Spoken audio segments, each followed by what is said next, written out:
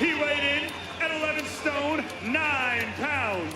He holds an undefeated professional record of 1 victory, opposite no defeats, and he fights out of Dundee, Scotland. Introducing Sam Hickey.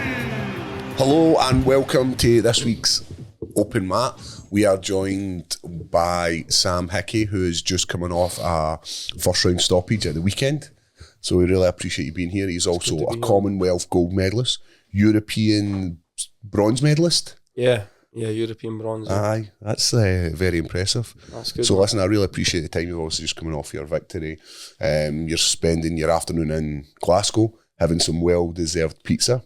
Yeah, we Pisano try and get a sponsorship off of this as well, won't we? After this? But What about would that be your cheat meal, a pizza? Yeah, I love pizza. Do you know what it's like though? After you win and that, you can kind of eat carbs into it as you're carbing up. So I had a pizza on Friday night, but I think Pisano pizza is my favourite pizza. Do you know what I mean? It's delicious. It's good, isn't it? I was talking to you about it when you were making weight. Remember? I remember. Let's not talk about that one. I was like, you were making weight. I was in the hotel. I came to meet Lee. And I was away. I just boxed that last week, and I went, I'm going to go to Pisano and get a couple of pizzas. And he was like, fucking. So we started this. He was like, it's November. He's freezing. Aye. He's freezing. Weight's coming off. See if you'd seen this hotel room. So Lee, the nutritionist, was come up for. Did he come up to see you, or did he come up to? He's come up to see you because you was fighting, and he just told me because I boxed. He's come up to the hotel, and we'll see how much weight you've put on the week. See what the damage is. Mm-hmm. So when Sean was there, me and you. But it was a line. It was like just one in, one out. Yeah, Sean Clancy as well. See if you were like on reception at this hotel. Just all these guys are coming in to see Lee. What's going on there? Wondering what's going on, man. He knows his stuff though, mate. He is. We were just unbelievable, off camera. Just to have him, Lee, in your corner it's night and day. Yeah, well, I done the first fight, my debut on my own. It's the first time I've really dialed in on the diet and stuff the way I did with him, because usually when you're amateur and you're fighting in tournaments all over the world and that, you're on the diet kind of all the time, but you binge a wee bit more in between tournaments, so you're never doing it properly like you would as a pro. Mm-hmm. You know, you've got 6 weeks to make this weight. You just dial in for the 6 weeks, and then after it, you're kind of just chilling, aren't you, really? And you get told again, oh, you've got another 6 weeks. So just a big difference having Lee, and then you're professional now. I was like, you're a professional athlete before that, but now it's like different. If you get beaten pro boxing, you know, you're kind of back to square one. Especially right at the start, it's a bit. Yeah, if I got beat on Saturday, my career's finished before it's even started. Do you know what I mean? Aye, it's tough. That's a heavy weight to carry in there. Yeah, do you feel that? Yeah, well, I've got obviously I'm with a good promoter and with Sky Sports and stuff backing me and that. So you put a bit of pressure on yourself, but I deserve it. Do you know what I mean? Because of what I've done in the amateurs, so it's good pressure. It's not like I'm fighting in like random wee places like leisure centres and that, and nobody knows about it. Like people are watching and people are taking notice, and I box well, so it's good. Took the pressure, man. How do you feel? Oh, sorry, how do you feel about the reception after? So obviously after your fight on Saturday night, there's been, I don't know if it's just my algorithm or what it is, but I'm seeing a lot of clips of you. I'm seeing a lot of people who I know comment on your stuff. TikTok, you seem to be, like I was having a wee scroll through TikTok this morning while I was sitting on the bike, and quite a few videos of you popped up. Yeah, it's mad, isn't it? Do you feel there's been a sort of, obviously you're right off the back of a great win, so there's always going to be a bit of a surge, but like, are you noticing anything different? You feeling a bit of... Nah, I think it's just because of the way the stoppage was, you know. Like, you get pros that like blow boys out the water and that in the first couple of fights, but I fought a guy who was like 3-1 or something, and he went 6 rounds with a guy who was 10-0, and he got beat, but he took rounds off the guy, he got dropped, got back up, so I thought, oh, he's tough. So I thought, oh, I might get a hard fight here, but the way I went about it was quite mature. Classy as well. Yeah, well, you get people who hurt someone and then they'll just jump on them and then they'll look a bit daft and smother the work and that, but I just kind of took my time, and because you've got 6 rounds. But you get guys in amateurs, because it's like a sprint and a marathon difference. You've got 3 frees in amateurs and then anything from 4 upwards in the pros, you know, so it's just a lot different. So the way I went about it and the performance was good, and to be honest, there's a bit of a gap in Scotland in boxing just now. You know, we've got loads of good fighters, but you know, I want to be the guy that's going to headline big shows, you know, after Josh Taylor, you know, so it's good getting spoke about, and seen on social media and that. So obviously Josh is near the end of his career now. And Yeah. maybe might not box again. I don't know what Josh I is. think he's got a couple more fights in him. I think there'll be a few more big nights from him in Scotland, you know, so hopefully I get an opportunity to fight on and share a card with him and be on his undercard, because that'd be great, like, because I grew up watching Josh Taylor, and you know, to be on one of his shows would be great. And you're hoping you can step into the, like you say there, the void that he's inevitably going to leave. Yeah, definitely. Well, you know, there's loads of good fighters coming through, so we could definitely get some big shows up here, but it's like, you know, you want to be the main guy, and I just feel like, Of course. the way I carry myself and the way I come across and stuff, I'm just like fucking normal, but just normal people, aren't we, really? Like, so it's Just not got an hard. interesting job. Yeah, like it's That's just all. like we just got a mad job, and you know, you're boxers and fighters, and you know, anybody in combat sports, we're a bit fucking fucked up, aren't we? Do you know what I mean? So it's just like, you just need to, you know, it's not hard to get behind people like us, you know. Definitely not. So you'd spoke about obviously making the weight and having Lee in your corner, going from being an amateur and fighting in like the Europeans or fighting in the Commonwealth, where you're in there making weight every day for a week. Yeah. Do you find this much easier as a professional just to make that weight once? Yeah, it's mad, mate. So Lee got me is it an acai bowl or something? Yes, I seen you in it. And I was like that. I'd never had it before, and I was like, fucking hell, this is amazing. But you know, like when you've never ate nothing for ages, and you know, you're drinking water and that for like 2 or 3 hours after you weigh in, so you're like fucking buzzing for some food. And I didn't know what this was. I'd never even had it before, but I always see the birds on social media putting pictures up in Australia with the acai bowl. So I had it, and it was mad, because right after I ate it, I just went like that, like, felt shit. Oh, did you? It was mad. But like, do you know how Lee, he's got it in a plan, so it's like 3 o'clock, acai bowl, 5:30, pasta. So I felt shit like from like 3 to about 4:45, and then I remember we were in the room, it was me, Lee and Callan, I just jumped up and I was like, right, main course, let's go, start fucking shadow boxing. I was buzzing, it was like the cards just come right into me. But yeah, it's mad, like he's got it dialed down to a T, and every single meal that I ate, I was just like ready for it, and I was like, yeah. And then come Saturday night, when you get in the ring, you're a different person. And in that comparison of being an amateur and still having to make weight, because you've moved up a weight class? No, well, moved down a weight class? Yeah, so what happened was that when I was amateur, I used to box at middleweight, which was a 75 kilo. And what happened after the Commonwealths was they done away with the weight in the Olympics. They took my weight category out of the Olympics. Did they just put welterweights in? Is that right? So what they done was they moved, the weights used to go like 54, 60, 64, 69, 75, 80, 90, 90 plus. So what they done was they took out 75 and just made it 71, 80. Big so jump. I couldn't go down to 71 in box 5 days over 8 or 9 days or something. Do you know what I mean? Like that'd really fuck me up. I wouldn't be able to box good or nothing. So what happened was we ended up moving up in weight to light heavyweight, but I just basically didn't have enough time to do it properly and put on the right muscle and that. So we ended up moving up, and I boxed all right and stuff. But what happens is when you, like, you know yourself, when you put weight on that you don't need to put on, and you try and, if you was to fight tomorrow, you wouldn't move the same, would you? No. You're boxing at the wrong weight. You're not moving the same, you're slower, your reaction time's off, and I was getting beat off of guys really that I shouldn't have been getting beat off, and I won a few good fights against like really good opponents who like were going for the Olympics and stuff like that as well, and I would get maybe beat on close decisions that maybe I wouldn't have necessarily got beat on when I was down at my natural weight, you know. So it's a bit mad, but you know, that's the cards you're dealt with in the sport you're in, you know. It's tough, like you're up and down in weights, you know. If there was a weight that you'd pick, you know, it'd be in between, wouldn't it? 100%. You know, 195 pounds, that's always been- yeah, so it's tough, isn't it? Like, it's just, you just got to get on with it. And I never went to the Olympic Games, and I always wanted to go to Olympic Games, but, you know, we just need to make up for it in professionals. And Would that bother you? I don't know, mate. I won the Commonwealth Games, and I always wanted to do that since I was a kid. Going to Olympics would have been amazing, because, you know, it was always a goal of mine. And some Scottish boxers not really bothered about Olympics, because they know it's tough, and, you know, getting on Team GB and that's tough. But I always wanted to go. Also don't get paid.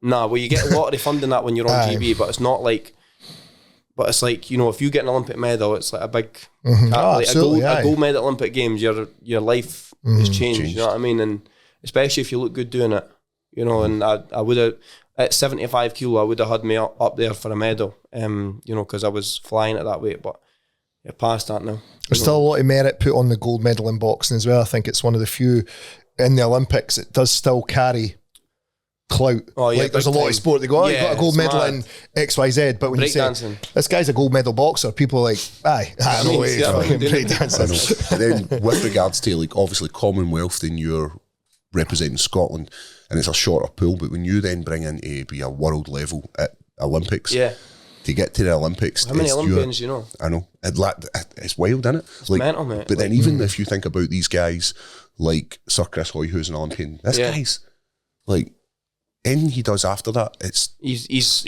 made it. His life, like once, changed his life. Like, obviously post Olympics and stuff, his life, he was doing loads of stuff with the telly, and you know he was doing loads of appearances and stuff like that. And you know even like now what he's doing now, try to raise awareness for prostate cancer, and that's amazing. Do you know what I mean? Like at the darts, did you see what they done with the?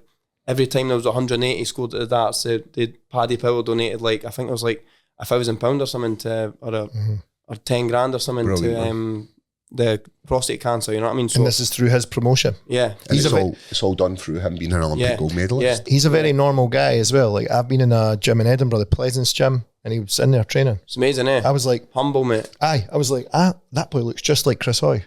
And it is. It's like, and at that time he was Sir Chris Hoy. Like they were painting post boxes gold and everything in Edinburgh for him.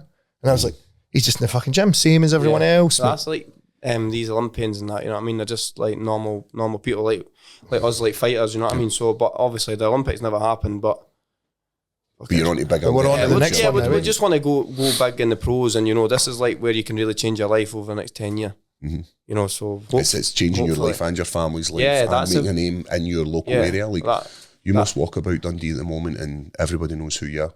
Fuck, I don't know, mate. I don't know, mate. Nah. He's a celebrity. You're a very humble man, last though. Night, and she says, "Oh, there was people speaking about you in the sauna last night." But like, it's just that's what it is, isn't it? Like, it's good to obviously be known around my area and stuff, and you know, be backed by my city. You know, love representing Dundee and stuff. There's never really been a big time boxer since Dick McTaggart. He was like Olympic champion that like back years ago. I think it was like in the 60s and that. But he's like the best amateur boxer Britain's ever produced. You know, so for me to even come close to what he's done and then hopefully go on in the pros and win big belts and that, you know, it's great. But everybody who goes on these journeys, they do start as very normal people, mate. Like you were saying there, talking about Josh Taylor. So I remember when Josh Taylor was still, I'm sure it was the Commonwealth Games he went to. Yeah, he won the gold in Glasgow. So I used to work at a nightclub that his dad used to come to all the time, and he would pull up outside and pick up his dad in a wee Volkswagen Golf, mate. And and people used to go, that boy can box, him there. That like just normal guy, mate. Look picking up, but that's what I'm saying. Like just because you come for a normal, I think the best people come for a normal start, mate. They come for just what you'd call a very average beginning. Like I think that's part of the formula for making great people, because imagine you started off already at such an advantage, you'd never appreciate what you've got. That's just my opinion. I don't know. Yeah. I was listening to a podcast you did with Adam. This was maybe back 2 years ago. And you were talking about how after a fight you don't go back to the gym and punch. You like to mix it up and do different stuff, like you play golf and do different sports.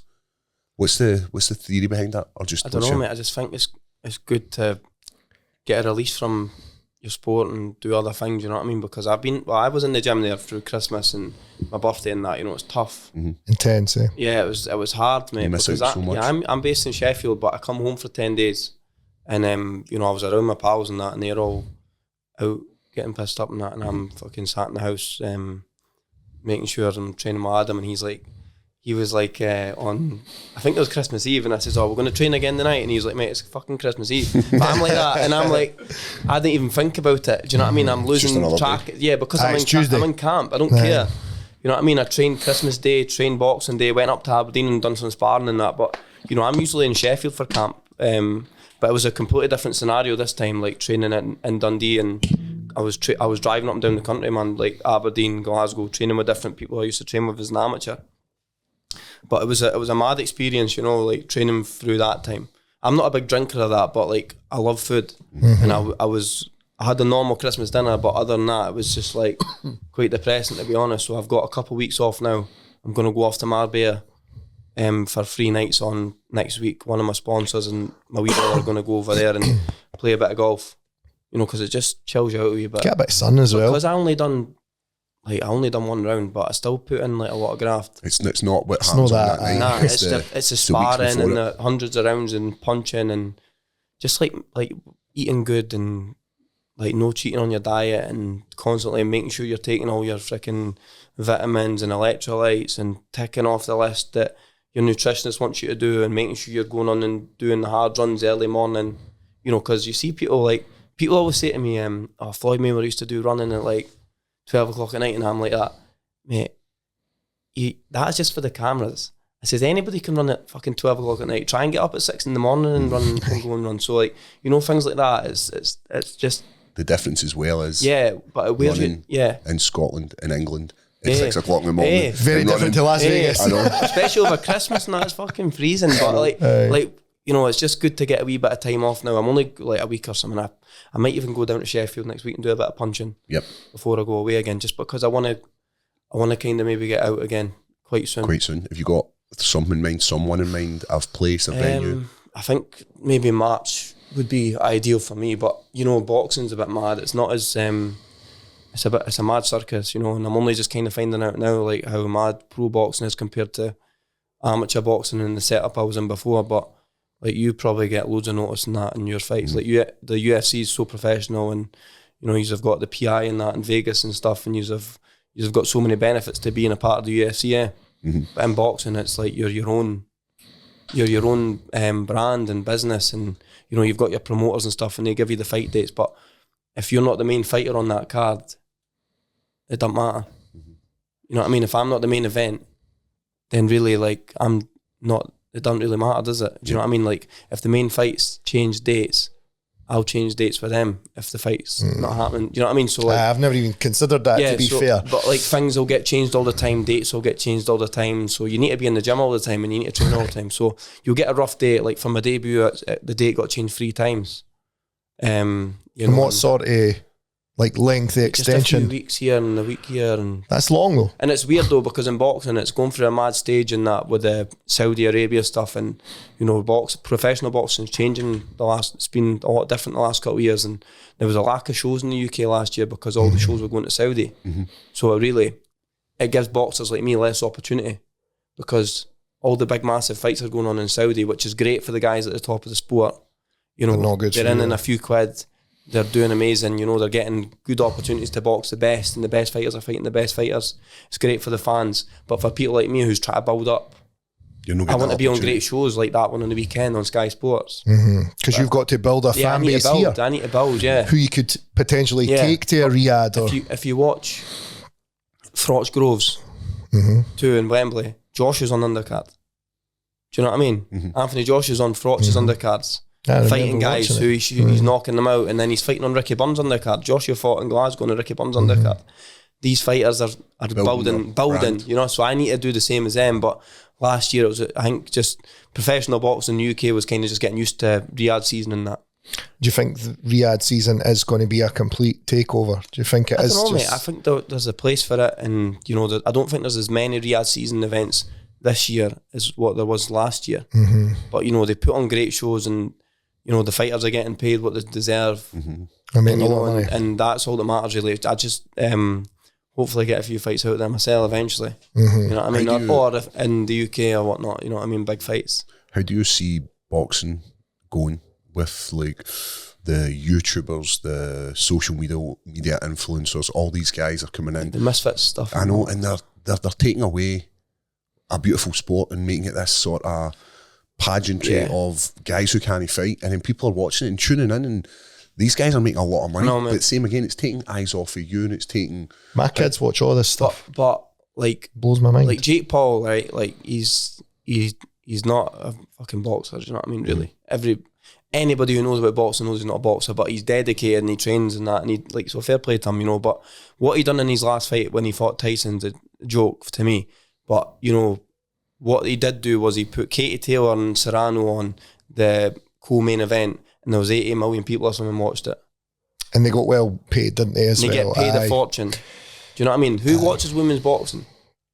I mean, do you know what I mean? Do you watch women's boxing? No, mate. But did you watch the highlights? You probably, like, you know what I mean? You probably seen it on TikTok scrolling through and that. I did watch that because my daughter is now interested in it because of that. Do you know what I mean? And my daughter's 8, like, so now I have the vested interest, and I'm like, maybe he did do a good thing, mate. Because there's my daughter wanting to watch boxing now, and I'm like, well, I'd love to watch it with you. Yeah. So it's a double-edged sword for me. Yeah, I don't know how I feel. Like that scenario with Katie Taylor and that, like they can actually fight. Do you know what I mean? There's they're like the women box. There is women boxers that can really fight. You know, I train with one Lauren Price. She's Olympic champion. She's going to fight Natasha Jonas in Royal Albert Hall in London. Amazing venue. Everybody says it's like one of the best venues in Britain to boxing. But like she can actually fight. You know what I mean? She knocked this girl out in her last fight. Like fucked her. But I'm looking forward to seeing her fight. You know. But yeah, like that's what I'm saying. Like Jake Paul and that, like it's not gonna go on forever. Do you know what I mean? But hopefully he can continue to give people opportunities like that. Do you know what I mean? I don't like it when he's saying to boxers at the press conference, "Oh, I've earned more than this, and you've earned in this fight." Do you know what I mean? It's a bit disrespectful, but you know, like fuck, the Americans are mad, mate. I know. The mental people. The mental people. You know what I mean? They're not. It's a completely different culture in that. I see it taken away from boxing, and I see MMA fighters just, I'm going to go and box and make money fighting like quick money. Like when we see like Tommy Fury was meant to fight Darren Till. Darren Till's mad, isn't it? Like was now Darren Till's fighting another guy in that. Like he's left a sport of the UFC to go and do boxing. Yeah, because he had a lot of potential. Like I remember watching Darren Till years ago. And everybody says he's like one of the people that could have like done something good in the sport, and he's went and now he's doing boxing. I don't think it's much of a secret. He keeps pretty bad company, so yeah, he had a lot of talent. He was great. Yes, he was one of my favourite guys to watch. Because he had a big personality as well. Of course, big southpaw scouser. He's kind of ticks all the boxes, but I think his private life's a bit manic. You need to live the life, don't you, outside of the cage or the ring. Like you're clearly doing there. You're saying there is the temptation. You're not a big drinker or whatever, but there is a temptation. I'm sure your friends. What's a couple of beers, Sam? Yeah. Do you know what it is? Just come out. Just after don't get sleeping. Yeah. After the Commonwealth Games, I went a wee bit mental, and fucked off to Ibiza that for like two weeks or whatnot. Went over for a week, come back for a couple of days, and then went back over. And I was like, after that, I was like, fuck, that probably took a good few months off my career. Do you know what I mean? What's the point in doing this? And like, you get caught up in things. You shouldn't get caught up in things. Like some people after that fight on Saturday that I just had would go out on a wee bend and that for a couple of days, and I'm like, why? People were like asking me, "Oh, you having a pint?" I says, "Why would I drink, mate? That's my job. I'm meant to knock boys out. I'm meant to win fights. I'm meant to win these fights at this stage of my career. It's not like it's obviously the guy's record and that's better than mine. He was 3-1 and he says on interviews he talked a good game like he was coming to win in that, and you know it got me a wee bit nervous because like the guy, I could see in his eyes when I'm looking at him like he was here to fight. Yeah, and it's good because in my first fight I was facing off with this guy and I was like, you're just here to fucking get your money and leave. Do you know what I mean? But this guy I was fighting on the weekend was there to win, so you know it's my job. And you know some fighters don't live the life.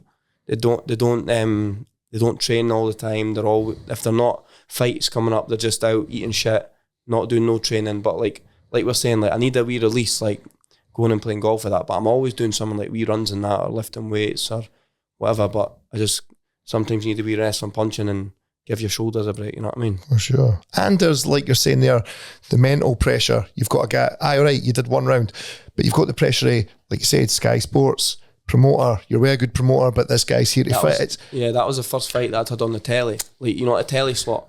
Aye. So you want to impress. So there's of course, and then there's pressure for that as well. That all goes into the fatigue of after the fight, and when you do finally come through and probably sit through the back and go, thank fuck for that. Yeah. What the fuck was I worried about? That's what you think. You think, what was I worried about? But also, you know what I mean? But it's good to be worried. Ticked it off, of course. Keep you on your toes. If I wasn't worried there'd be a problem, then you end up. Well, you're obviously not well, if you're not worried about it. You know what I mean? I think. Really, like the guy's trying to fucking take what you've got, kind of. You know what I mean? Like, If he wins that fight on Saturday, then I get pushed to the side and I'm fighting in fucking Paisley Lagoon Centre, do you know what I mean? And he thinks the same things as you. I'm on the telly. I've got a chance. Like, I can do something here. It's all that mental game as well that is going to sap energy from you. Mate. Like, really, like, in my head, like, I was thinking like before, I was like, why does this guy even think he's fucking going to beat me? Do you know what I mean? But that's like the people you've got in sport like us, we're all a bit fucking deluded, do you know what I mean? If you want to be if you want to be the best, you need to be a bit deluded, and you need to be a bit, you've got to have this mad ego, do you know what I mean? If you want to get to the top, you can't be sitting thinking that people are better than you. You know what I mean? You need to think you'd knock anybody out, really.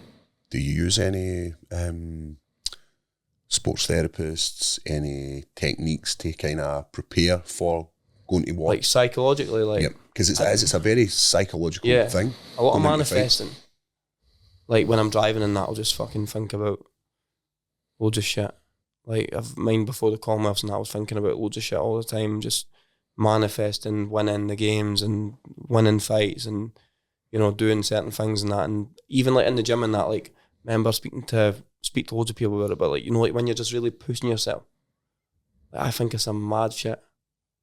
You know, like when you're really like what? Like in the trenches. Yeah, like when I'm fucking want to give up and I'm like, nah, I can't give up. This cunt's gonna die if I don't, like, this person in my family is fucking not gonna do this, or I'm gonna get chinned or something like that. And like, you're like, fucking, you need to say some mad shit to yourself to fucking get. I think these things are probably more normal than you realise for people as well. Like, you know what I mean? Like, but like nobody pushes herself. Like, if you're not in like the sport that like combat sports, boxing, MMA and that, you don't get these fucking thoughts, you know what I mean? Like, because you're not going to try that hard in a game of football.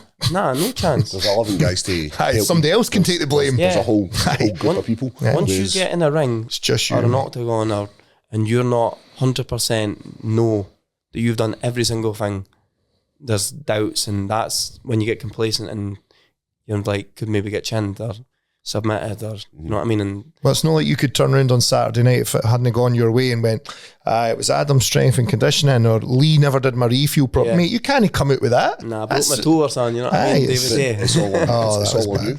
You can't. Yeah. Do you see when you're going out in the fights, do you always feel like I could have done more? What, like training wise? Or just anything, just like I could have done this better, I could have done that. Yeah, well, maybe like, you know, the recovery. I think the thing I struggle with the most is the recovery side of things, like the fucking stretching and that, you know what I mean? Because you just want to go again as well. You just want to get out of the fucking gym, don't you? Like you do, but like what I feel like now is, I was more like that before when I was amateur. I used to train 3 times a day, mate. It was probably too much. And I was just going in the gym and I'd finish and I just want to get out of the gym. Of course. But see now, I train twice a day. I do a running, strength, boxing or whatever, just mix it up. And when I do my boxing sessions now, I'm in the gym for hours, mate. I'm in the gym all the time, like doing wee bits of rehab, or like before that fight, I had a bad shoulder for a bit, and really just like dialed in on my rehab and making sure that I look after myself, because the last thing I need at this stage is surgery or anything like that. You know, like you're off, you know, like, because then you've got But I've never ever had no mad major injuries like that.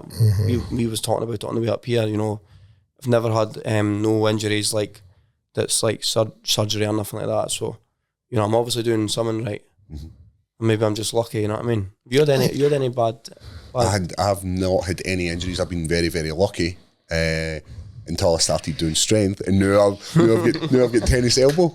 But then I'm getting older and I feel it. It's starting you play to golf, catch up you know? me. I do, but it's one of these things. You burn so many calories on that course. You need to get on the buggy, mate. Eh? Well, it's got the electric fucking car. You got the electric one. I've got the push one. I'm not at the electric stage yet. No. You're getting too much money. One more fight, you'll get that one. I got a couple of buggies. You know, but it still takes a lot. Season. And there's times where I've been out golfing and I've had to like just walk off the course because it's the energy, especially making middleweight, where energy. You feel drained, eh? I feel drained, and I'm like, right, I can't even swing this. I mind you saying that the first time you were trying to make middleweight.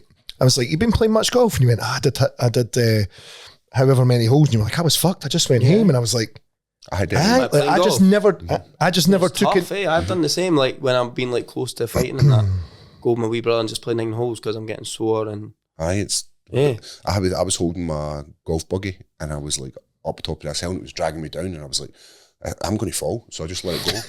And the golf buggy just went, hit a bank and then went tipped over my golf club. Before middleweight fights? This was before my weight. What So I about was light heavyweight? You'd be all right to play. I'd be fine at light heavyweight. It's just that extra push, yeah. I know, but I've got into cycling at the moment. I was saying this to Adam, and I got obsessed with stuff. Like, remember, I got obsessed with running, and I just, and I was just, running Mordor. So I'm a Lord of the Rings fan, and there was like, there's an app where you can get like from the Shire to Mordor, and I was running it, and then I started running it in barefoot with a battle vest on, like a weight vest. I did because I was a hobbit. That, you know what I mean? So I was at Aragon. That was my favourite guy in Lord of the Rings when I was a kid. Samwise Gamgee's the guy. But I remember Adam's He's a gimp. He's the worst one. He's not getting his whole winning. Gollum is better than Sam. If it wasn't for Sam, he wouldn't have got the ring to Mordor, right? So, end of. But Adam's like, can you stop doing that running? And him and Lee were having these conversations about me running. And then we're obsessive. That's why we're good at doing certain sports. I got obsessed with jiu-jitsu. I got obsessed with striking. I got obsessed with being an MMA fighter. And that's how I managed to make it. Where our brains are not wired up properly, and we become very obsessed. Do you like, obviously you've got different things you need to do all the time: jiu-jitsu, wrestling, boxing, kickboxing. What one are you focused on the most just now? Are you always just like split? It depends on camps. It depends on camps. Every day I'll do something different. So an average day for me would be 11 to 12. There'll be a session, and it would be wrestling, jiu-jitsu, or striking. And then from that at evening, the next session will be like the opposite. So twice a day. Twice a day. But then in between that, I'll still do like my Adam sessions, and I'll still do my rehabilitation. Do you know? I always see MMA fighters in gyms and that, like at higher level and stuff, because I obviously follow Scottish MMA, and I always see like you are all taking each other on the pads and that, and like in boxing, like I never take my mates on the pads.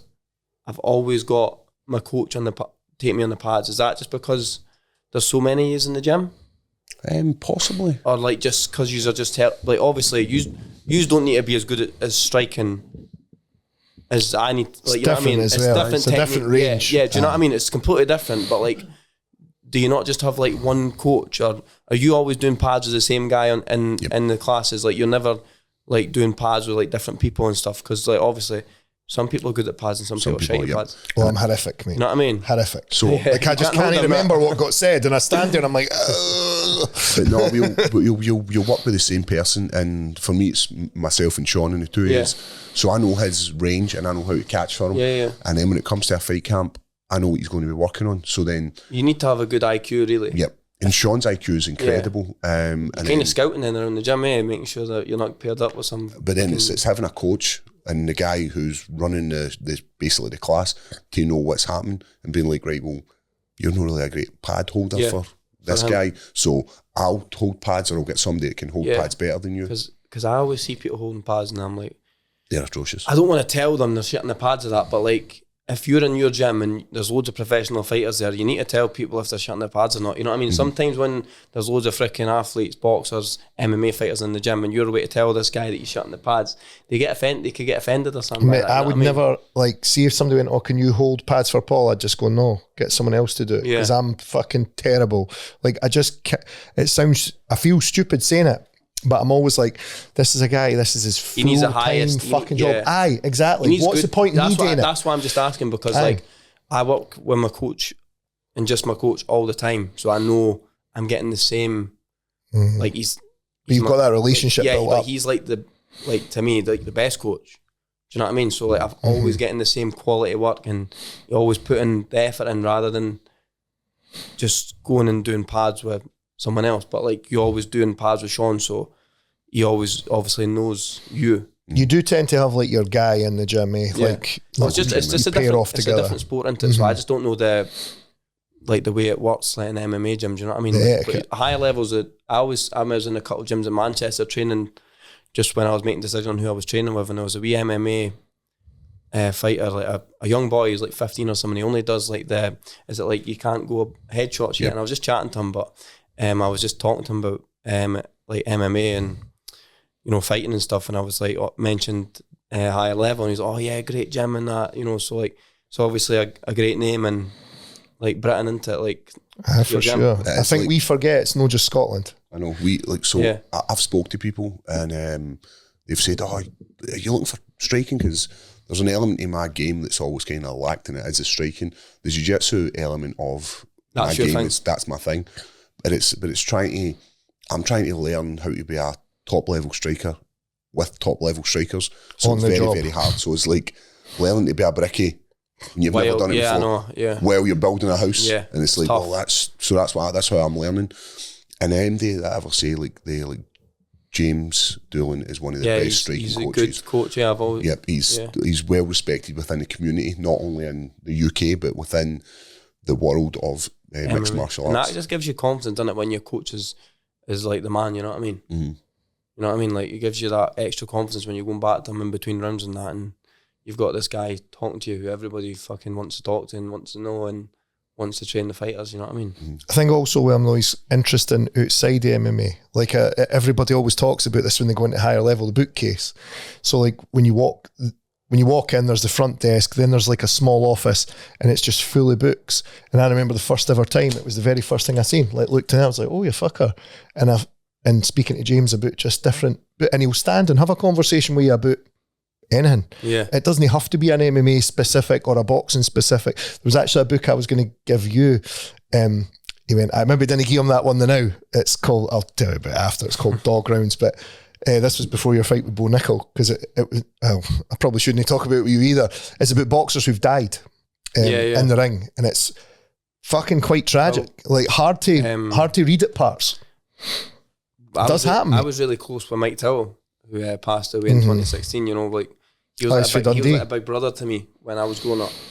And I was only 16 when that happened, and I was at the fight and stuff, and you know, we had quite a close relationship with him. He was always around my house and that, and I used to go and train with him all the time. And Stirling, we used to go through on a Tuesday, Thursday through to Stirling at Jamie Coyle's gym. You know, and he passed away in the ring.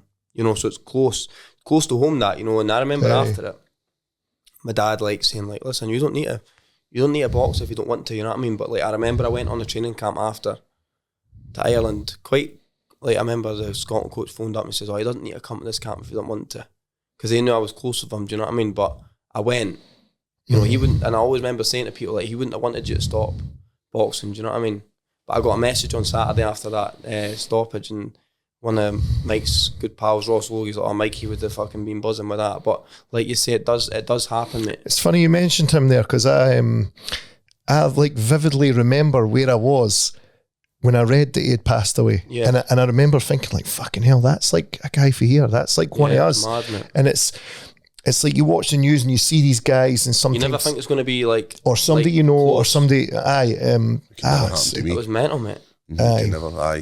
Mad. You kind of just put it's like, oh, that happens to you. It happens, but no, and I mean, and conversely, you could do it.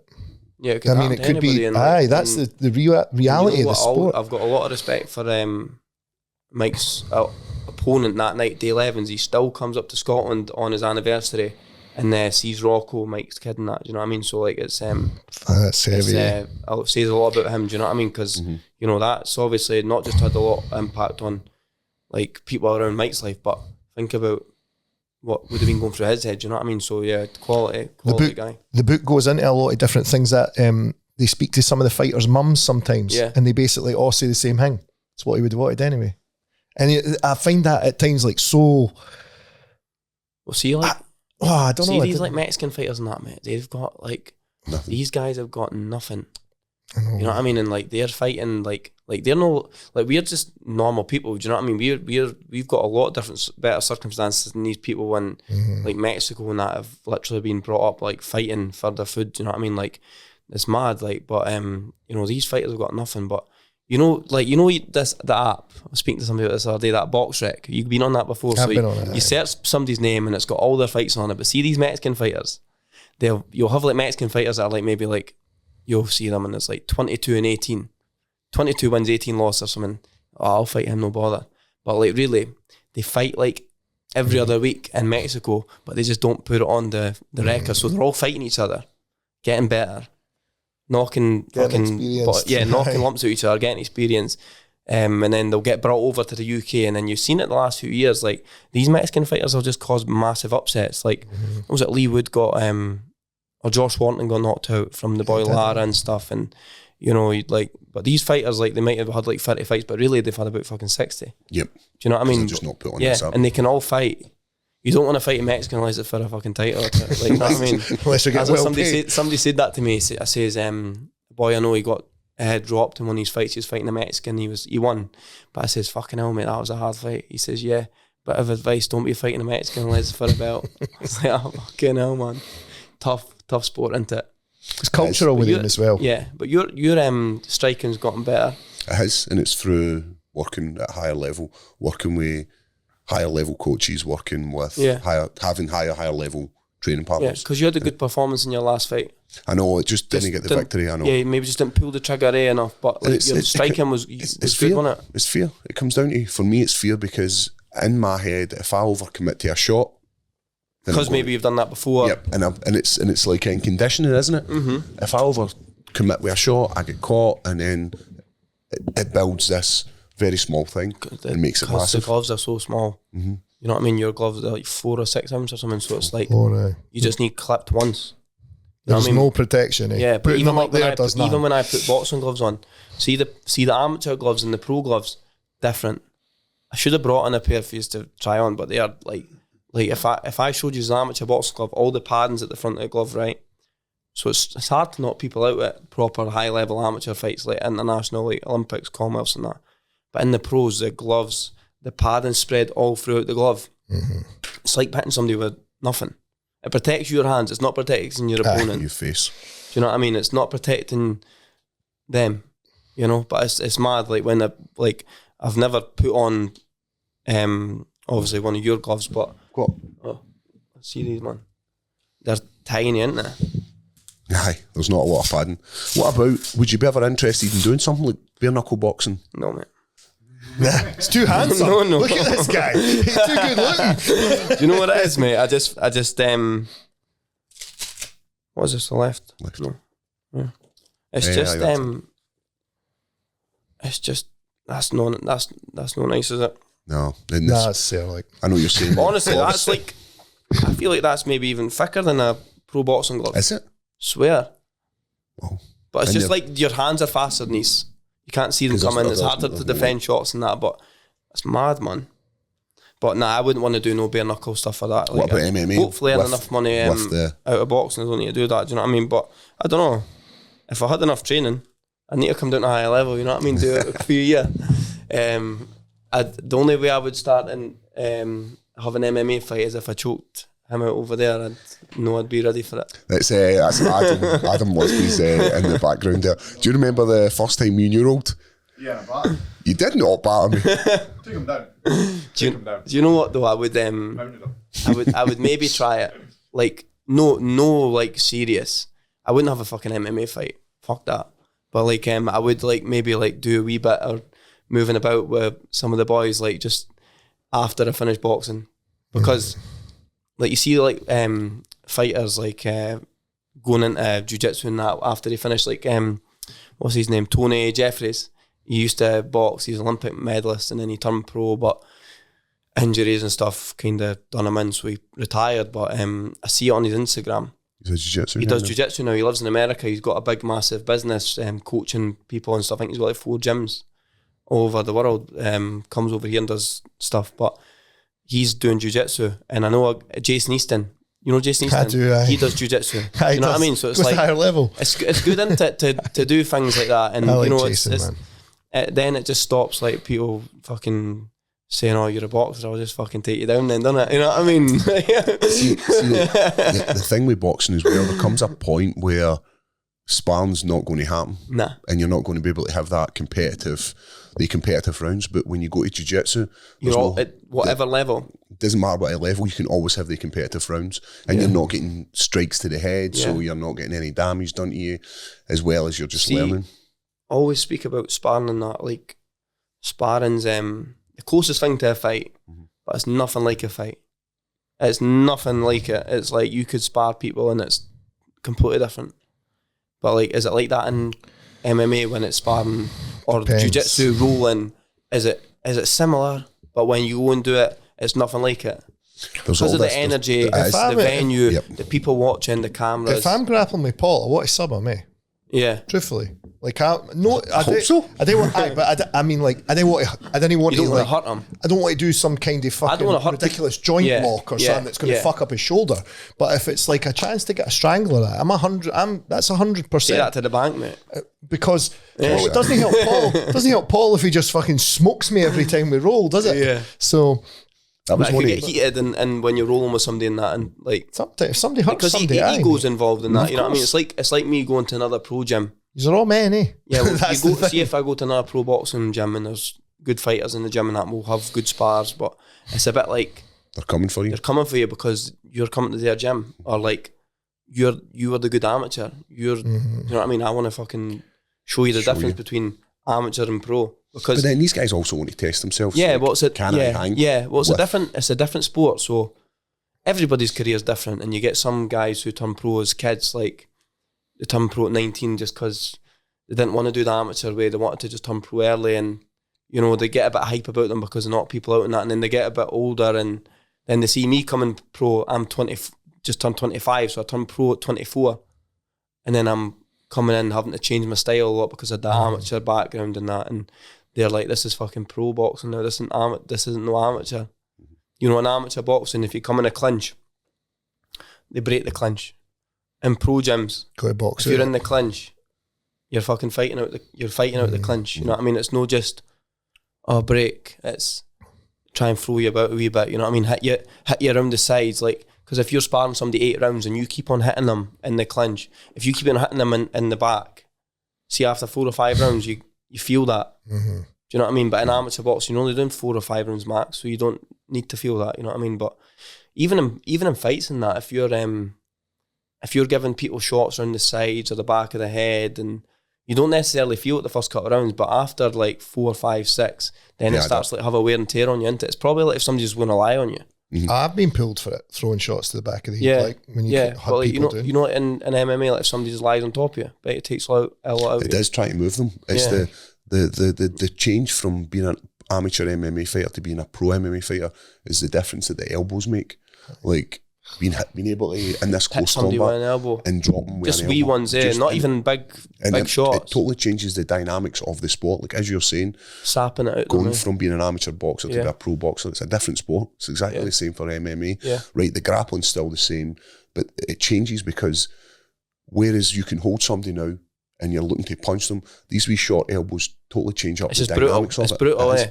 That's what I say. stopped that fight, and boy, bump.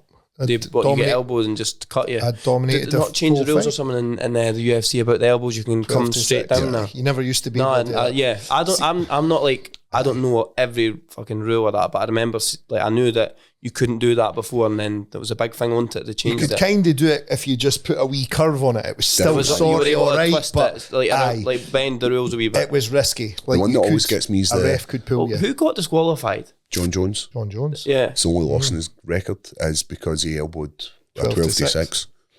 Right down through the middle. He was on his back with his hands over his face, and he just went fucking bang. really. Eat that. Should have been allowed, to be fair. But the one for me is the grounded opponent. You're not allowed to Knee. knee a grounded opponent or even kick them in the head. So they changed it from being 2 points of contact to being weight bearing contact, and it keeps changing. And I'm like, you should So just what was make it? in. Is that if you've got So your hand on the You floor, would get some guys basically game it. Like, you can't hit them there. So guys used to do this. Yeah. So you couldn't get kneed in the head. So basically, you're taking an easy way out if Yep. somebody hits you there, Yep. isn't it? Whereas now- Who done that? Peter Yan and Aljamain Yeah. Sterling. people saying that he fucking looked for the easy way out or whatnot, but then he battered them, didn't he? And he's in the next one. Next match, But they should just make it like, if you're I gonna think play it's the just game- fucking let it rip. If your Aye. head's in the firing line, I think Mate, it's a fight. don't put your fight head into there it. then, eh? Don't put your head down there, and it won't get kneed or fucking Eh. kicked. It's a fight, It man. You just need to seems- just fucking you need to do it, yeah. Who did you grow up watching as a boxer? Who was your guy? Like, did you watch somebody and be like, that's the guy I Don't know want to be? when I started going to the gym and that. I remember I was 9 years old when I first walked into a boxing club, but I used to pester my dad to take me to the gym, Because he used to do a bit of training and that, and he was always fucking quite handy when he was younger, you know what I mean? And like he's when you're young, your dad's your hero, isn't he? So he told me he used to do a bit of the boxing and that, and I had pads and that in the house. Used to take the pads, and bag mitts. Moma had these old bag mitts and old pads. Should see these pads he's got. Still got them. My granddad's pads, first ever pads I wore, and I've got these bag mitts with the thumbs that used to get the thumbs that do that. So he took me to a boxing club when I was 9. But when I first started watching boxing, I remember I was watching that was like Sky shows used to be called Friday Night Fight Night, and I watched it. I can't remember who was on it, but I just remember watching it. And then I had like an iPad Mini or something at the time, or an iPod or something, watching YouTube, and would just be watching fucking HBO 24/7s, Floyd Mayweather, Mosley, Cotto, you know what I mean, Pacquiao, all these fighters, and just watching the documentaries of like Mayweather in the gym, you know, like in Vegas, just training. And he was like fucking the best fighter at the time, and you know, he was a bit of a shit talker, so I watched him. But then the first fighter that I remember watching in Britain anyway was Froch. You know, I remember watching the documentaries. I was speaking about this on the weekend. When he done the super series, he fought like, it was like all the best super middleweights in the world went in a tournament, and they all fought each other, you know. And he ended up fighting Andre Ward in the final, and he got beat. But I remember watching him like growing up. I used to watch fighters like Callum Smith and that, and obviously the better fighters in America is your Canelos, you know, stuff like that. And then stuff like now I've started to watch like more old school fighters, you know, like Julian Jackson and stuff like that, like big punchers at middleweight, like same weight as me, just like to watch, and all the Kronk style fighters, you know, even like your Gerald McClellans and stuff, and your Benz and Eubanks, and you know, just guys around the same kind of time as me. But 20, 30, 40 years ago, boxing was a lot harder than what it is now. You think so? Yeah, I think so. Yeah, there was no as many. There wasn't. There was more fighters. You know, the gloves were smaller. They used to do more rounds. You know, there was like less belts. My You know dad what I was mean? a Like huge box, divisions yeah, as well. less weights. Fighters used to just walk around at a natural weight. Used to weigh in on the day sometimes. Like boxing was tougher. There was more fighters. You know, like now there's more weights, more organisations. There's ways to go around fighters. Being the best pro fighter, you don't need to fight the best pro fighters. You could be a world champion, but you've never fought anybody. You can fool the public, really. And pick your fights to get to the point yeah. of Well, being a champion. like your manager, and that's not your job really as the fighter. You get in with whoever the fuck you're. You can only turn up on the date you're told to but be like there. if your manager and trainer want you to do this way or that way, and you're in on it, it's like just do what you want. As long as at the end of the day, as long as you're walking away from the sport with a few quid and you've earned some money. And the brain's Do you know what still I mean? And the intact. brain's still intact, exactly. So I don't blame people for not fighting certain people if they bring nothing to the table, and you know, because at the end of the day, boxing's a business. You know, so like it's not like UFC, even though the Saudi stuff kind of making it like that, where the best always fight the best regardless of who you are, but they're getting paid for it now. Yep. So it's worth it. Do you think there'll be Even a change in the attitude to people's records in boxing? Yeah, I think it has changed a bit. You know, like A loss isn't the end of the the world. loss for isn't some. the end gonna of be the the death Do sentence you know it what it used is? to At the be. top level, I don't think a loss is the end of the world. But I think at British level, You need if to you get get beat, you're right at the bottom of the pack, and it takes a long rebuild. You know what I mean? So, you know, like some fighters at that level don't really want to go in the hard fights early in their career. Do you know what I mean? But like, I wouldn't stop myself from going in any hard fights and nothing like that early. You know, I've done all my hard work in amateurs or whatnot. Like people always saying to me like, "Oh, how fast do you want to go?" And I'm like, "Fuck, well, as fast as they want to push me, obviously, but it's down to your my trainer and manager." And my trainer's one of the most respected trainers and managers in British boxing. You know what I mean? So it's like you just do what he says because he's done it with fighters before. Do you know? You're fortunate to be in a position where you can just put your career in someone else. Yeah, well, I and trust say, them. "Aye, I trust you. I Trust know them. you know what's best." Yeah. Like I'll come in here and I'll give you 110% in Well, here. My coach, he was Froch's coach. So it's quite, I said this in an interview the other day. It's quite mad, you know, because I grew up watched this watching fucking Froch. Do you know what I mean? I And now you've got that. watched Froch Kessler, I watched Froch Taylor and Groves and stuff like that, and grew up watching that. You know what I mean? And now he's fucking getting trained off his coach. So it's like, you know, you wouldn't. I wouldn't have somebody who didn't know nothing about boxing guiding my career. There's too many coaches and managers and that who have never really been involved in boxing. You need somebody who's already travelled down that road. You're in a corner and somebody's never really done it, and you're getting battered, and they're trying to tell you what to do. They're telling you to do the wrong thing. You're like, well, you might listen to them. You might listen to them, but you're listening to the wrong shit, really. Mm-hmm. You know what I mean? If things aren't going your way, and and knowing that my coach has been in that same position where he's maybe been dropped or needs to come back, you know what I mean? So it puts a lot more confidence in that for me. You know, because at the end of the day, boxing and fighting's fucking simple, really. You just need to fucking hit your opponent and not get hit. Don't get hit. You know what I mean? It's what it is, isn't it? But like people overcomplicate it. You know what I mean? Fighting and boxing and that, it's fucking hard. Don't get me wrong. It's the toughest sport. You know what I mean? These sports are really hard, but like there's a lot of skill involved in that. But like in professional boxing, from the experiences that I've had in sparring and fights, even though I've only done fucking 5 rounds or whatever in pros, like from what I've set off and started, it's just like, it's not about being the best fighter and the most talented. It's about being everything else, tough, concentration, dedicated, like the wee things outside with your diet and that. It's not all about being super, super talented, because I've seen super talented fighters who I thought were nailed on world champions like get beat, or have been in really hard fights with guys who they shouldn't be getting beat with just because maybe they're not training hard. Or they're giving into the temptation, or their friends phoning them round about Christmas and they go, fuck it, I will take a couple of days. You probably see the same thing in MMA. How many fighters do you know in the gym and in sport who come in and you're like, oh, he's fucking going to be the next best thing, and then 4 years later they just pack it in, or they get beat. We've seen guys who, the best fighter you've ever seen in a gym, and then like, they walk out. What was you like when you was younger? Was you the most talented? Like, would you say you got where you were because of hard work? MMA at 24. Really? So I was 24 years old. You say when I started MMA. You've got to where you are in the UFC and that because I don't have hard skill. Work. I don't have, like, I am not skillful at all. No. In anything I do, jiu-jitsu or MMA, I just work hard, and I know I do. So when it comes to the runs or it comes to lifting the weights, I do it. Because I know there's a benefit to being sore. There's a benefit to waking up like your body's broken. And saying that, I started working with the right coaches. Do you think you've learned? It totally changed. Sometimes less is more. Mm-hmm. You know what I mean? It's not right to always push yourself like that all the time. When I first went pro and I stopped working as a teacher, when I made that transition, I was like, I need to do more. So I was doing 2 hours at night, 2 hours during the day, and a middle session, and then it's like I was burning myself. And then when it came to a fight, and as soon as I went in and it was Tyson Pedro in Vegas, I grabbed him, threw him, which would normally work in a normal fight.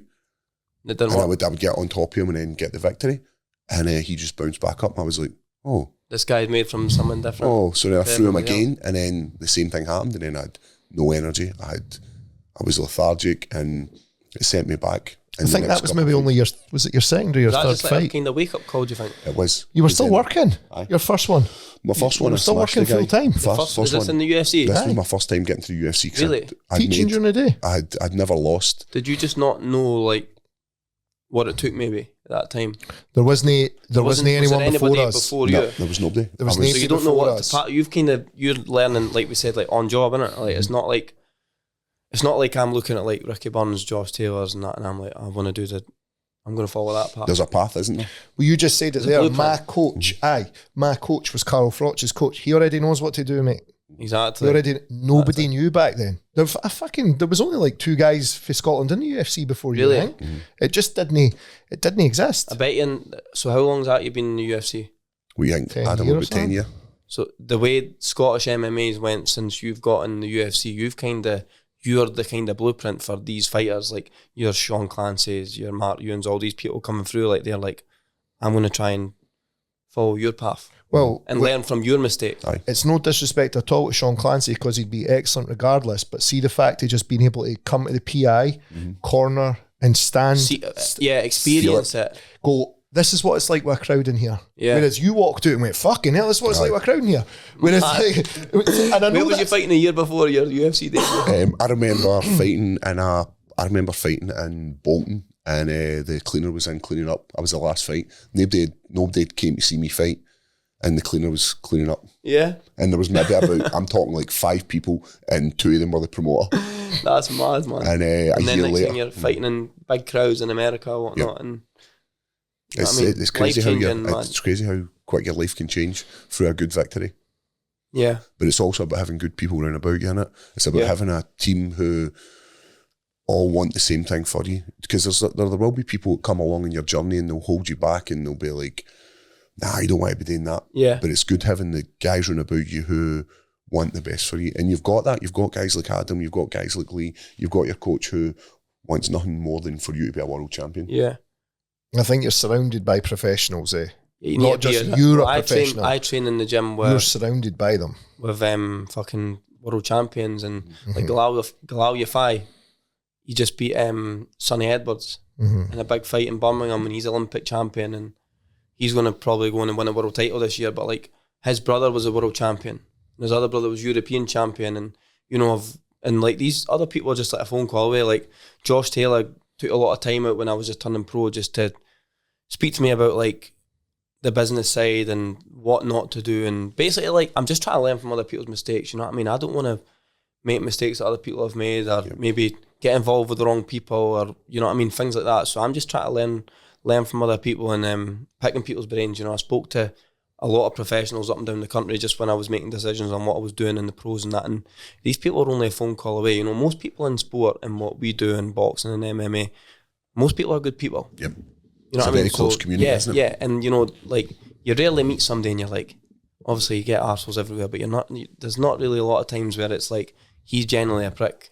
A lot of the times people just come across as a prick because that's just the way they are in their sport and they want to do well and they shut out everybody else because it's a selfish sport at the end of the day and you need to be selfish. But, you know, most people are brand new, and when I was turning pro, I spoke to a lot of different fighters and that, and like we said, like just try to learn from other people and put myself in the right places and positions to give myself the best opportunities, because it's hard being Scottish. Yep.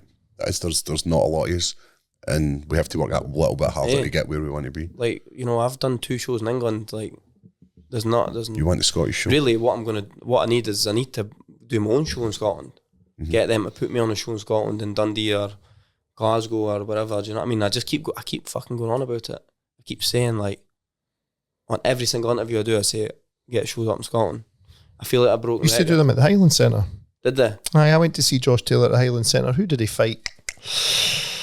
I went to Meadowbank Arena and that I used to do. I was going to them ones, and you know, loads of shows. But like, there's places in Dundee. I'd love to bring boxing to Dundee, but like my dad's and mum's side are like both Glasgow. Like we ended up in Dundee, but like both sides are like my old man grew up in Partick, so you know, like Be cool to fight I've got in both Glasgow. sides in Dundee and Glasgow, so like we could do a show in Dundee, a few shows in Dundee, and obviously the Hydro's the dream for any fighter, really. You know, like I want to box in the Hydro in front of freaking 14,000 people. Like if that's not my goal, then what am I doing it for?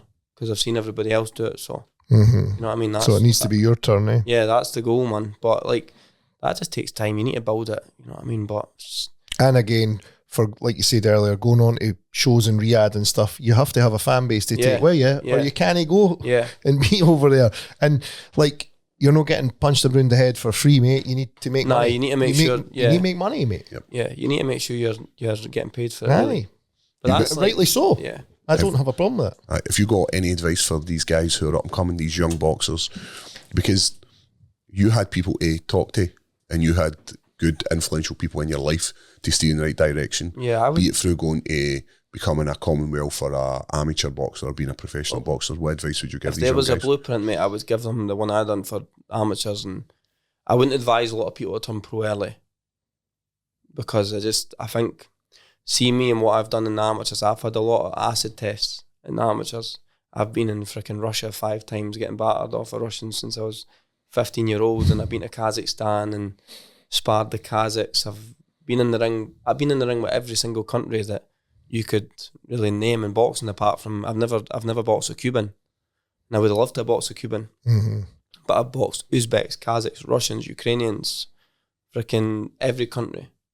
And it's amateur where you should cut your teeth. Yeah, I think so. I think you should become a professional. obviously don't spend too long in amateurs, but it's important to try and get, if you're good enough, because at the end of the day, You'll get found everybody's out got the ceiling, and if your ceiling's not there where you can go and travel the world and do what you want, like you can go and turn pro and see what you can do. Do you know what I mean? If you want to win a area belt or whatnot, but if you have aspirations to go and win world belts and earn a lot of money like I do, then I really think that people should be going the amateur route and try and get on Team GB and try and become the first Olympian since fucking Josh Taylor.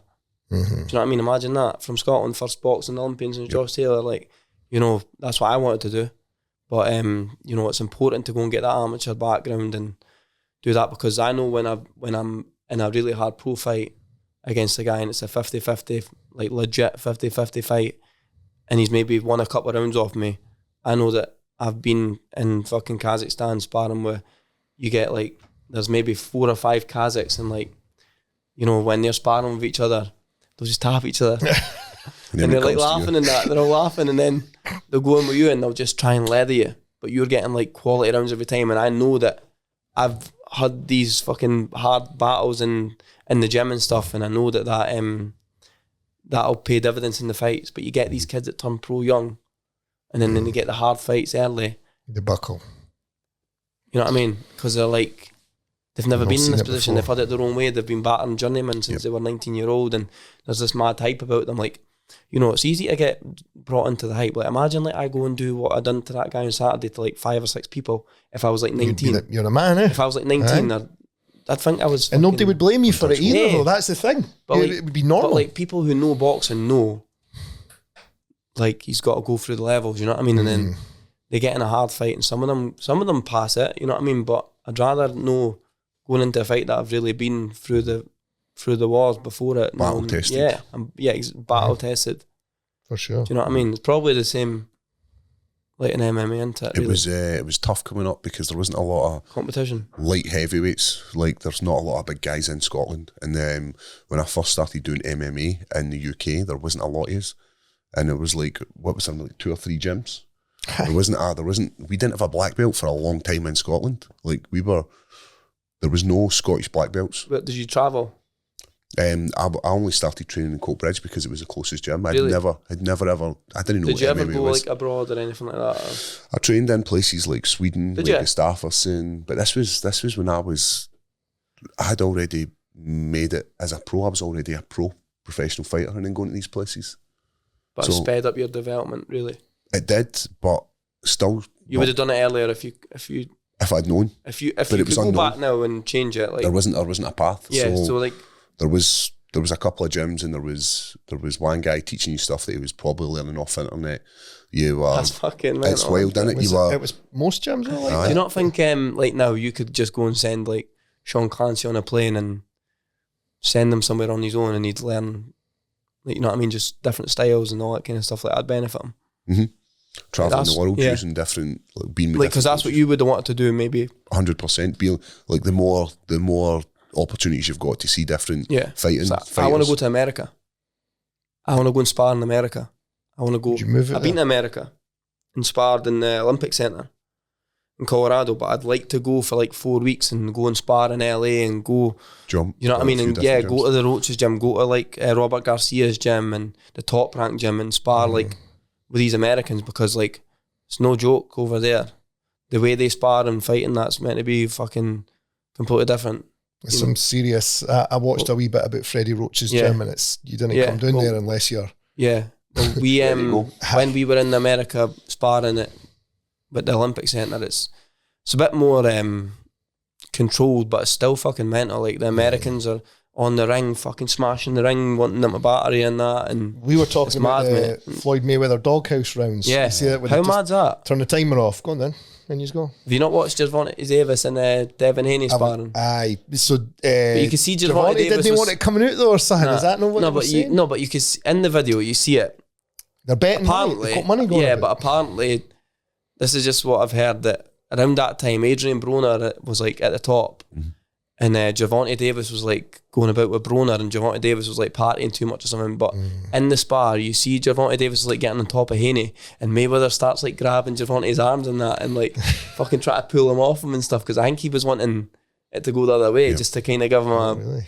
a wake up call. Do you know what I mean? But madman in America, that's like that's another thing. Like, you don't want to fucking do all your work in sparring and then you come out the ring and you're end of your career, you can't fucking speak. You know. That's what you think about as well, like boxing. Since I've turned pro, I've started to think about that a lot more.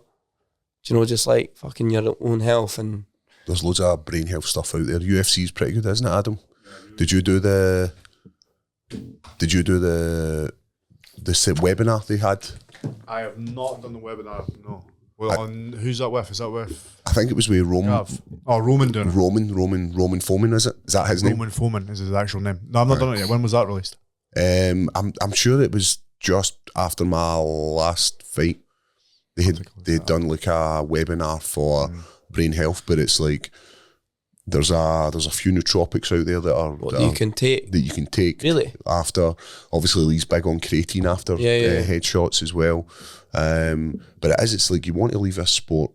Yeah, well, you work hard, don't you? Partner, you work hard, and then you maybe say I end up earning a few quid or whatnot, and I've set myself up, so I've not really got a hard life after boxing, and then you don't want to turn around in 20 years and you're like fucked. Mm-hmm. Look like granny. See if you search up like fighters in America, like fucking punch drunk on YouTube. Evander Holyfield, mate. Yeah, loads of them, but there's like fighters like Meldrick Taylor and that, and you know, he had hard fights and hard sparring, and like he's what a fighter, like Olympic gold medalist, you know what I mean? Turned pro, fought like everybody, fought Chavez and that, and he fought Chavez and he was winning the fight and he got stopped with like a second to go in the last round.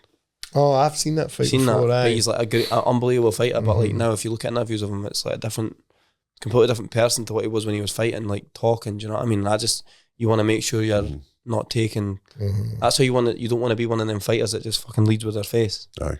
It's sad almost, when you say it's sad. You want to be a boxer. It is sad. You want to be a boxer, Even though it's exciting watching fighters, like pro boxing's entertainment into it, and you don't want to be a fighter that fucking just gets punched. It's like people like try and give you shit, don't they, because you want to submit people and that.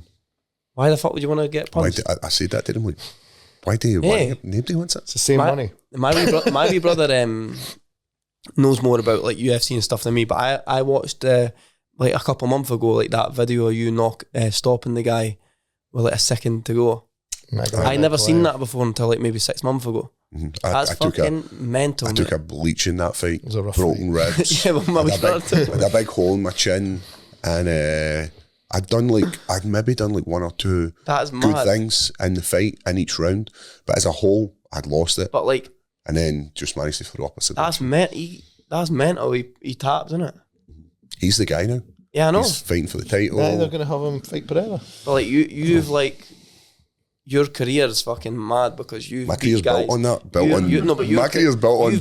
You've beat guys who they said you shouldn't be beating. Aye, you've been the champ. Yeah, Simpsons fan. You ever watch Homer when he was a boxer? Yeah. That's like me. Let them punch himself out. Like, right, now's my turn. Honestly, your career's fucking wild, mate. It's mad, man. You know what? I can't wait to look back when I retire and like look at what I've done. Yeah, because mate, sometimes it's crazy, man. You can't actually appreciate what you've done until. From what you've said to me, like starting at 24 and that, and fucking you're like a inspiration for fighters, isn't it? Coming through. Aye. It's fucking. And same again. I don't think about that. It's like I'm just Paul. I don't think you realise how much you do for other people as well. And like you're saying, Josh Taylor being able to do things and help you. You're basically doing that for like. Well, you've took Stephen and Sean. You'll do it. Yeah, well, somebody said to me last week, you're an inspiration for young fighters and that, and I says, listen, I don't really think about things like that, but like, I've never done much in the pros, but I've done a lot as an amateur, and if there's kids looking up to me now, that's a fucking job done, do you know what I mean? There'll be people in the gym, young kids who'll be like... More than you know. Oh, it's great, like, you see it, but like, it's unreal, man. I had all the kids from my boxing club down at the fight on the weekend. I took 100 over 150 people down to that fight on the weekend, and all my local boxing club and that come down, and mad, man. Mad, like having like the kids and that, like young boys like coming up to you after the fight, like wanting photos and that is fucking mental, man, isn't it? You're even like I remember after I'm not a celebrity. Yeah, of course you are. After the Commonwealths, I was there's fucking loads of just people there who just like sport and stuff, and they've all got these books, and they're just like could see me with a medal on, and they're like, "Oh, can you sign this?" And I was like, "Sign it." And I went, I said to him, I think it was my dad or something. I said, I think I have a fucking signature. So everybody who's got my signature that day at the Commonwealth Games, there's probably about fucking 100 different signatures. Sam Hickey on their fucking things. Not one of them. Not one of them the same. Not one of them the same. Money. But nah, it's mad. Like when you, like as you're saying, like as you start doing things like the last couple of years, you know what I mean. You really, I've not even fucking started really. You're just beginning. Yeah, like but I've done a lot before like beginning. If you get what I'm saying. Right. But it's like it's mad, isn't it? Like A well decorated amateur career. It's good, isn't it? And it's set you up for It's a solid foundation. Yeah, it's to build on now. And now That's it's like probably this where is you like feel. crunch time. You need to do it. Like Josh Taylor won all the belts in fucking 16 fights. He done it quick, mate. Aye. Unbelievable fighter. Teddy Atlas hates him though. I was listening to Teddy Atlas the other day, he was still slating him. Was he? Like, Same one. mate, just overrated, overhyped. How's he fucking overrated? So whenever he talks about Anthony Joshua, he always comes across to Josh Taylor and he calls him British all the time. And I'm like, are we doing that? But he, British boxing fans, you know, they overhype their fighters so much. And he always brings up Josh Taylor. And I didn't understand why. He beat everybody, mate. But he keeps saying he's not very good. He beat everyone though. Like, at what point do you... He likes that... that period where Josh won the Super Series and, you know, beat Prograis and that, you know, like, I don't think... Regis Prograis. Yeah, that's who he always goes on about. I don't think anybody would have touched him. Stop him about that. Like that him was and at the Crawford. Highland Centre. Yeah. I'm sure that was the one I was at. Him and Crawford. I went to the postal one that was in the Hydro. And the other one, when he fought the American guy. But... just mad, mate. Like in boxing, you've got your longevity. Do you know what I mean? But like, I think like in Josh's career, like that period where he was like just going for everybody, stopping them too. He was beating everybody, and he beat Postal, and Postal had only been beat once. He was a quality fighter, and he beat him, and then he beat Prograis. You know, I don't think there was really anybody that would have matched him, like other than like a Crawford. You know, so I wish like he fought Crawford like in that point, because it would have been good to see, man. But it's boxing, your career's up and down all the time. There's more fucking, hopefully there's more highs and lows when you finish. For sure. That's it. Listen, I really appreciate your time. I know you've got a date with Adam. What advice would you give to, I know we're in different sports, but what advice would you give to myself? It's about being in with a coach who has been there. Like pretty much the same, like, you know, you're saying about a coach. We put a lot of emphasis on the guy who leads us, and you'll find that when you first went into your boxing gym, the guy at the top, your coach, everybody looks up to him. Yeah. And sometimes you put your faith in the wrong guy, and I think you need to find somebody who you trust and who is looking out for you. I think that's like one of the best things you can do for any sport. There's so many gyms out there for boxing, for combat sports, for jiu-jitsu. Doesn't matter what it is, I think you need a coach who is going to steer you in the right direction. That's it for me. Yeah. But do you have any sponsors? Because I know it's like these guys are the guys who help you with your career. Too many to mention, or you want to rattle some off? Because we can put it in the link in the bio. Or shout out anyone you want to shout out, mate. Anyone Everybody. you want to. Well, that fight we had, Jim Jameson was down from Aberdeen, Byron Boxing Club, fucking legend. Kerr's Dairy in Dundee, Kelvin Kerr. Radix, Callum Milne, just like local companies, Briggs Marine. But these are I had a company sponsor me since I was 16, right? Collis and Briggs Marine. I never met him until I was 22. Just was sponsoring me, and like he's really, really busy, you know what I mean? He lives in Fife. Did he manage to come to that fight there? No, I couldn't get down. He's super busy, mate, but he's like always texting me and that. And I went and met him. I says, after the call, I says, listen, when are we going to meet? So I went through his office, stays in Burn Island, and went and met him. But like, you know, like people like that helping you on your career. But you know, like a guy from the Lockheed Boxing Club, Chris Sabati, you know, he's been helping me since I was a kid. You know, there's loads, mate. I'm probably going to end up fucking missing MGM Timber. You know what I'm going to do? We'll get them all added in for you. Don't you worry. If you've got a graphic, we'll put it Rendell's. Fucking hell, man. You know, even getting Adam a shout out. You never get a shout out. This guy's a clip chaser. Come on. You He's know what he TikTok, is. mate, that man. This He guy- is a this guy TikTok gives famous. us He's an influencer. This guy just talks too much shit on TikTok. fucks off to I told him Thailand when he yesterday, I feels said, like listen, you need to watch what you're saying on this fucking app. You know what I mean? You're going to disappear is what's going to happen. it. Chinese are going to get But you. nah, we get so much. I got so much support, mate. I know it's... You know what I mean? It's Deserve it though, mate. Graham Deserve it. Sutton. You know what I mean? All these people. I don't want to miss anybody out. But honestly, They're all the appreciated. people who help me is like they know who they are, and you know the thing is, these people, they don't really want much back off you. But I said to them when I was amateur, I didn't get to give them much back. But as I go through the pros, I can start to do that because of the coverage you get. So I'm doing that now. But yeah, thanks for having me on. I really appreciate No, it. It's been good, man. an absolute Insightful. pleasure, and Warwick. I love this. Can't wait to see your next outing. Yeah. Thank You you. kept it PG this time. Well, I do that sometimes. Guys, as always, Nah, hope brilliant. you enjoyed it. We'll put the links in the bio, and let's get behind some Scottish fucking talent That's here. what it's about. Brilliant. Thank you. Cheers, boys. Cheers, mate.